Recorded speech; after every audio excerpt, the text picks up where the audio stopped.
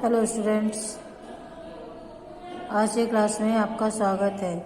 चावल तैयार करने की मशीन, अरवा और उसना चावल निकालने की एक अलग प्रकार की मशीन होती है बच्चों, जो उसमें हंडी नुमा या हंडिया नुमा मशीनें लगी होती हैं। इन हंडियों को पानी से आधे ज़्यादा भरा जाता है। पानी को गर्म करते हैं। गर्म पानी में फिर धान को डाला जाता है और 8 से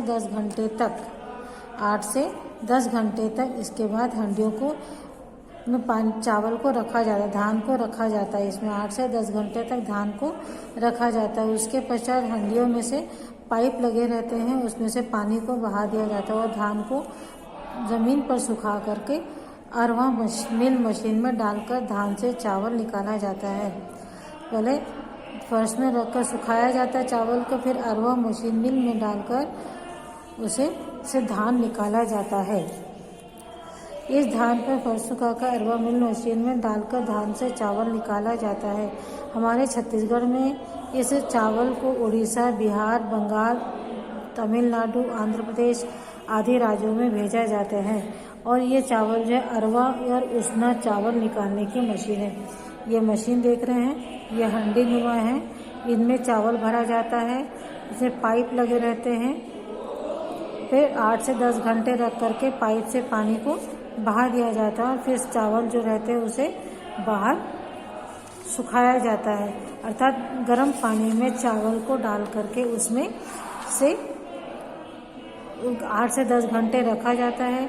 फिर उसमें से पानी को बहा दिया जाता है और जो चावल बचा रहता है या धान जो रहता है उसे ज़मीन में सुखा दिया जाता है। उसके बाद दूसरी मशीन में, जिसे अरवा मशीन कहते हैं, उसमें डाल करके चावल निकाला जाता है। और छत्तीसगढ़ में इस प्रकार के चावल को उड़ीसा, बिहार, बंगाल, तमिलनाडु, आंध्र प्रदेश आदि राज्यों में भेजा जाता है। धान से निकलने वाले पदार्थों की क्या उपयोगिता होती है। धान जब से हम चावल निकालते हैं तो बहुत सारे उसमें से अन्य वस्तुएं प्राप्त होती है। उसका क्या उपयोग होता है? तो सबसे पहला होता है जो साबुत चावल है, उसे खाने या भोजन के रूप में उपयोग में लाते हैं। दूसरा है खंडा, यह भी भोजन के लिए उपयोग में आता है। कनकी जो है मुर्गी के लिए दाने के रूप में उपयोग में लाते हैं। कोढ़ा निकलता है, जब चावल पे पॉलिश की जाती है तो उसमें जो पदार्थ निकलता है उसे कहते हैं कोढ़ा। उसे खाद्य तेल बनाया जाता है। और उसके बाद है भूसा। भूसे को पोहा को पॉलिश करने और ईंटा पकाने के काम में आता है।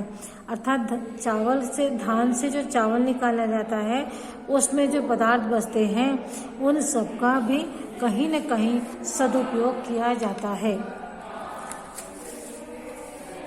मजदूरों की संख्या एवं स्थिति।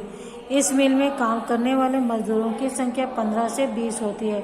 इस मिल में 2 तरह के मजदूर होते हैं। एक नियमित या स्थायी कर्मचारी, उन्हें वेतन के अलावा और कोई सुविधाएं प्राप्त नहीं होती हैं। दूसरा अस्थायी या अनियमित मजदूर होते हैं, जिन्हें प्रतिदिन के हिसाब से मजदूरी मिलती है। बच्चों, एक तो चावल मशीन जो है या राइस मिल जो है पूरे 12 महीना काम नहीं करती। इसमें सबसे अधिक काम होता है अक्टूबर से फरवरी माह तक होता है। फरवरी के बाद इसमें काम जो है कम हो जाता है और उसके बाद वर्षा की ऋतु में यह चावल मिल जो है पूरी तरह से बंद रहती है। तो अत्यधिक काम होता है अक्टूबर से फरवरी माह तक ही होता है। तो उस समय अधिक मजदूरों की आवश्यकता होती है, बाकी समय में कम मजदूरों की आवश्यकता होती है। 15 से 20 मजदूरों के काम लगते हैं इसमें। और इसमें में 2 प्रकार के मजदूर होते हैं। पहला नियमित, जो कि स्थायी कर्मचारी होते हैं वहाँ मिल के, जिन्हें भी केवल वेतन ही प्राप्त होता है, इसके अलावा और कोई सुविधाएं प्राप्त नहीं होती हैं। दूसरे मजदूर हैं स्थायी और अस्थायी और अनियमित मजदूर, जिन्हें प्रतिदिन के हिसाब से रोजगार या मजदूरी दी जाती है। तो इस प्रकार से यहाँ पर मजदूरों की संख्या भी बहुत कम होती है, लेकिन क्योंकि यहाँ पर मजदूरों की संख्या कम होती है, इन्हें वेतन के अलावा और कोई सुविधाएं प्राप्त नहीं होती हैं, क्योंकि ये संगठित क्षेत्र के मजदूर नहीं हैं। अक्टूबर से फरवरी तक मिल लगातार चलती है और मार्च से जून में नियमित काम नहीं होता है, जबकि बरसात में तो मिल बिल्कुल पूरी तरह से बंद रहती है। इस कारण भी यहाँ पर मजदूरों को पूरा समय काम नहीं मिल पाता है। इसीलिए दैनिक भोगी या प्रतिदिन के हिसाब से जिन्हें मजदूरी दी जाती है वे कुछ समय काम करने के बाद बेरोजगार हो जाते हैं। जो नियमित मजदूर हैं या स्थायी मजदूर हैं उन्हें भी केवल वेतन मिलता है, उसके अलावा उन्हें और कोई भी सुविधाएं प्राप्त नहीं होती, जैसे स्वास्थ्य सुविधा, छुट्टी की सुविधा, वेतनिक छुट्टी कि अगर किसी दिन वे छुट्टी लेते हैं तो उसका वेतन न काट करके उन्हें पूरे तनख्वाह दी जाए।